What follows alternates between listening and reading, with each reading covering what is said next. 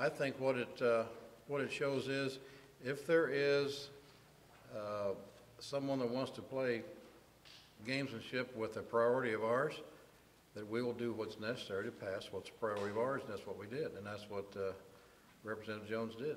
I want to ask a question about the gamesmanship. When the Democrats and the 3 Republicans signed the discharge petition, Representative Tilley, when I asked you about it, you specifically criticized them for going around and they're deviating from the process, in both cases using elements of the process that are allowed and constitutional. Sure, I think, sure. A couple things. One, their deviation from the process helps eliminate public input. How much public input was there this morning in general laws and rules? Anybody that wanted to show up. Did anybody know, because of anything posted on the agenda, that ethics was on? We treat it, Tony. We treat it like every other ethics bill. But what I mean, every other bill that we've done, we treat it just like we did every other bill. And as you are well aware, there's multiple times in the course of a session that we suspend a rule. As a matter of fact, we did it to do the budget this year. But what you're not talking about, Tony, is you're talking, and I'm telling you it's a fact, is that you've got Democrats around the state talking about how they want ethics reform, but whenever the bell rang and they had an opportunity to stand up for the citizens of this state, they said no. And I told you why it would occur, and the reason it's occurred because they don't want ethics reform. We're going to extreme lengths to try and get something done for the people of this state. And I'm sorry that the Democrats don't feel the same way.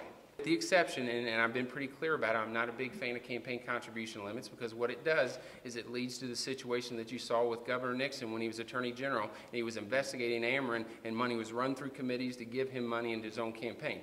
I think that's not necessarily good now, but sometimes you have to compromise around here, and I think the cap, being as high as it is, probably is reasonable enough. I'm still not a big fan of it, but when you look at the bill as a totality, I think it's a strong bill. I think it's a good bill. I think it's good for the citizens of this state. And I'm going to fight to keep each and every provision, and the Speaker has the authority to determine who the conference committee is. I hope that he'll consider me, but if he doesn't, I will still look to find compromise and get a significant ethics bill through. But I will tell you with 100% certainty that this is a good bill. And whenever I inquired of the minority leader and asked him to point out one provision on ethics that he disagreed with, he fumbled around and couldn't come up with one answer. Couldn't come up with one answer. Realistically, what do you think can emerge out from a conference committee? I think we're going to get a very, very aggressive ethics bill. I mean, realistically, what? Realistically, I think if you look at the Paycheck Protection, I think that's realistic. Okay, if you look at the bribery statute, I think that's realistic. If you look at the cap on lobbyist gifts and meals, I think that's realistic.